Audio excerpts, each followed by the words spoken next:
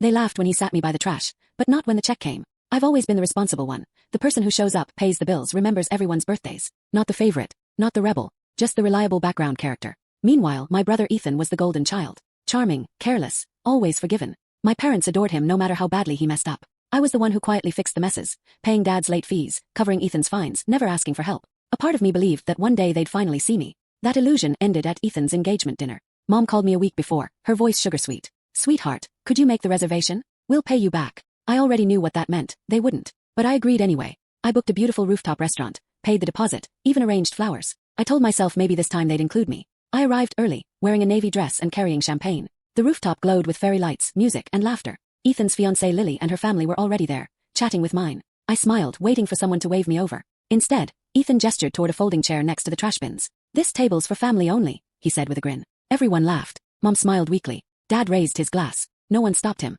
So I sat there for 2 hours. No one spoke to me. No food, no drink. Just the sound of laughter and clinking glasses as Ethan toasted, being surrounded by the people who matter most. Then the waiter arrived, holding a receipt and my credit card. "Ma'am, the total comes to $3,218. Would you like it charged to this card?" Ethan beamed. "Yeah, that's mine. Go ahead." Smiled. "Only, it's not my table," I said loud enough for everyone to hear. Silence. Ethan's grin disappeared. Mom froze. Dad straightened in his seat. Lily's father frowned. The waiter hesitated. "But miss, you made the reservation." "I did," I replied. "And I cancelled it when I realized I wasn't invited. I wasn't sitting at that table. I was told it's for family only." I slipped on my coat and stood. "I didn't eat. I didn't drink. I'm not paying," Ethan whispered. "Come on, it was just a joke. You're so sensitive." "Yes," I said quietly. "That's the problem. It's all a joke until I stop laughing." Lily's father's voice cut through the silence. "You invited your sister, used her card, and humiliated her in front of everyone. That's not a joke, Ethan. That's pathetic." A wave of murmurs rolled across the table. Mom jumped in, flustered. "Let's not make this dramatic. Ella always exaggerates."